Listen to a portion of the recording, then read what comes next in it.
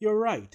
There is no evidence for the existence of God. Science deals with certainty and knowledge, and you can only be certain of said knowledge if it's observable, testable, and verifiable. When we say there's no evidence for God, this fits, since that fits with said certainty. And science only deals with reality, and reality is everything that is the case, but in no way does science dictate atheism nor the other way around. As to your scientism, I have no idea what you mean by that.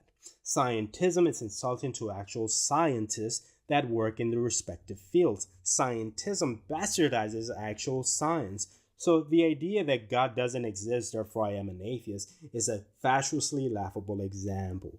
Scientism is an emotionally appealed word that leads you to absurdity, which is a fallacy. Knowledge is simply locking a condition of facts, a range of information of what is learned. Science deals with this. But if you were to look at a philosophical dictionary, scientism is not an actual philosophical word. And I mentioned philosophies, and this is what you are imposing. Scientism is used by theists to emotionally appeal to other theists that atheists are irrational. Reality exists independent of our knowledge of it. Science proves this, but it is dependent on us to know it. Reality is everything that is the case. Truth is also everything that is the case, since truth only deals with reality. Science doesn't say, hey, look at this, God doesn't exist. It has never said that, because it doesn't deal with that. Science never says, hey, this is true, now worship it. No, the beauty about science is that it's never sure about its knowledge, since facts are always being discovered and changing. Science, in a sense, is the discovery of time and everything within time which is changing. Ergo, facts change. And please, if you're saying, well, atheists say this or atheists say that, please provide some proof. I have never met an atheist that says truth doesn't exist.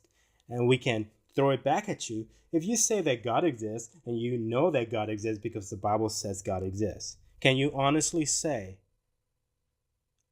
objectively, I know that God exists without the Bible telling me that God exists? The idea that God exists is dependent on us existing, which in turn makes God a dependent being, which destroys its supernatural attributes. There is no way around that. And yes, the hypothesis of science deals with philosophical attributes, but it's not dependent on them. If I were to speak to you scientifically, you will never understand me. So I have to use metaphors so you can actually understand and relate. I have to use the correct rhetoric for the layman. And this rhetoric is philosophical, meaning it is within the realms of philosophy. We don't have to assume that something is true for it to be scientific. Science deals with realistic observations, which are independent of you thinking of it being true. Ergo, there's no need to assume of truth, since truth is everything that is the case, independent of what you think. But the idea that there is no proof that God exists, therefore he doesn't exist, is the same as saying you cannot prove that God doesn't exist, therefore it exists.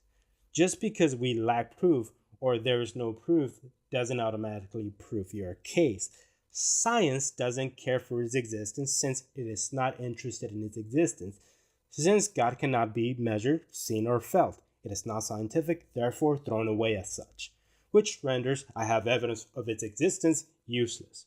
We can, by definition, prove its non-existence philosophically, since this is where the idea belongs. Yes, some atheists muddy the waters and insert scientific ideas into a philosophical debate which is useless. For example, I can by logic use the cosmological argument to destroy the idea that therefore God. That in itself is self-defeating, since it automatically assumes that a cause and effect must take place. And when atheists throw it back at you, well, what caused God? The theists say, well, God is an uncaused cause, the unmoved mover. This is a logical fallacy of special pleading. In order for something to be its own cause, it must first perceive itself, which is absurd, not to mention very, very circular.